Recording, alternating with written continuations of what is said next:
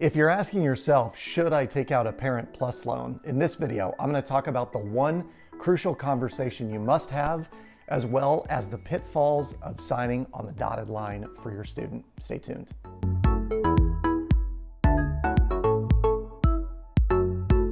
In a recent Discover student loan survey, 38% of parents said that they expected their child to pay for half or more of tuition and fees for college. Interestingly enough, 70% of the parents surveyed also said that they are not limiting their child's college selection based on price. Now, it creates an interesting situation, and it is this. At some point in time, your child is going to run out of guaranteed student loan money. They are going to have to dip into private loans and, more than likely, Parent Plus loans.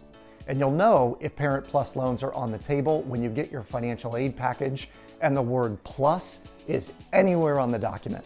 Before I share with you the pitfalls of the Parent Plus loans, let me relay a horror story told to me by a mother at a recent speaking engagement I was at on a college campus. She mentioned that her daughter had pursued degrees and took out as much as she could in federal loans and some private loans, but relied heavily on Parent Plus loans. Now, the challenge was that the mother signed on the dotted line on these Parent Plus loans, and the daughter graciously accepted those loans and went on to school, but did not complete her degree. And at the end of her time in college, she ended up dropping out and kind of opting out of society.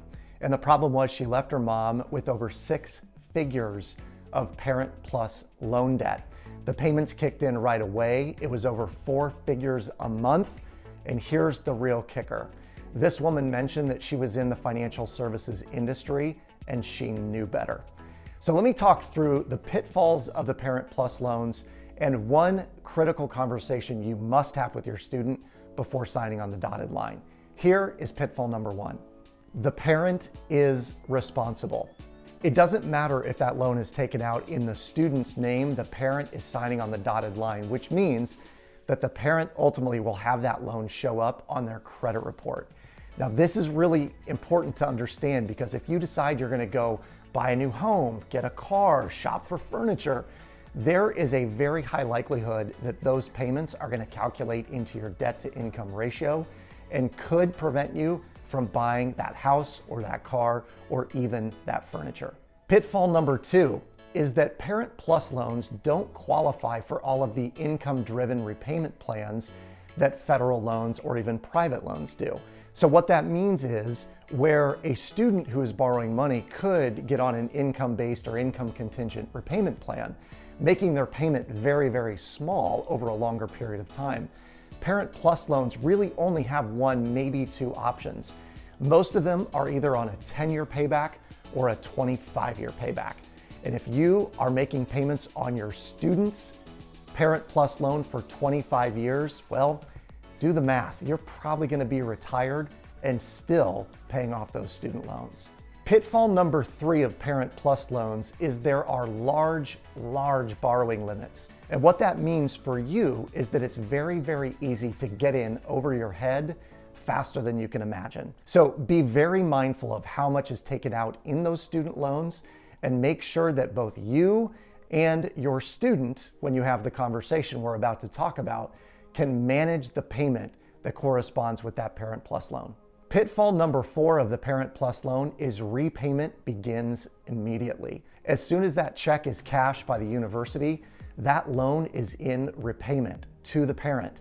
Now, you can request a deferment if that child is in school for a period of time, but you are going to have to start making those payments likely within 6 months or less.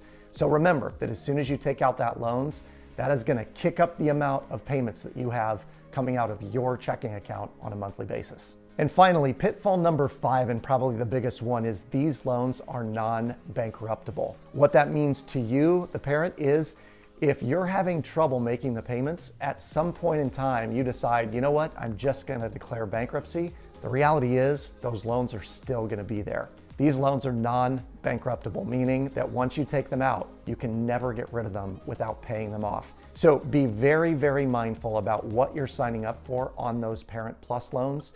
And most importantly, have this dialogue with your kids. The conversation with Junior is probably the most important thing you can do when prepping your child to go to college. Keep in mind that a majority of students with whom I've spoken at college campuses all across the country erroneously believe that their parents were actually going to pay for a majority of their college costs. Even some of their own student loans, they believe that their parents were going to take on the payments related to that. At the same time, many parents that I visit with will say, we took out Parent Plus loans, but the payments, they're on them. Well, if the parents and the children are not communicating about who is responsible for the payments, problems can erupt down the road. So make sure you have this conversation with Junior prior to starting school. Make sure that you're exhausting every single funding opportunity there is out there. Scholarships, grants, work study, part-time income that you can get, taking a gap year and saving money so that you can pay for school, becoming an RA or a teaching assistant. Any possible way that you can increase the amount of money that's going to tuition and decrease the amount of money that you're actually borrowing for school is better for you and it's better for your child. But the number one thing, the one conversation you must have is to make sure that everyone is crystal clear about who is paying for what. Lots and lots of problems can be avoided by having this one conversation before sending Junior off to school. So keep in mind, before you sign on the dotted line for those Parent Plus loans, the 5 pitfalls I mentioned, the one conversation that you must have with your child, and keep in mind that while college is a great experience, and it's definitely something that we want to send kids to if it's right for them, there are also lots of opportunities out there that don't require going into tens of thousands of dollars worth of debt in order to go find a job that still pays a pretty decent sum. Hopefully it helped. If you liked the video, smash on that like button. If you didn't like the video, smash on that like button twice. And leave a comment down below. Subscribe to the channel. Here's to mastery, and I'll see you on the other side.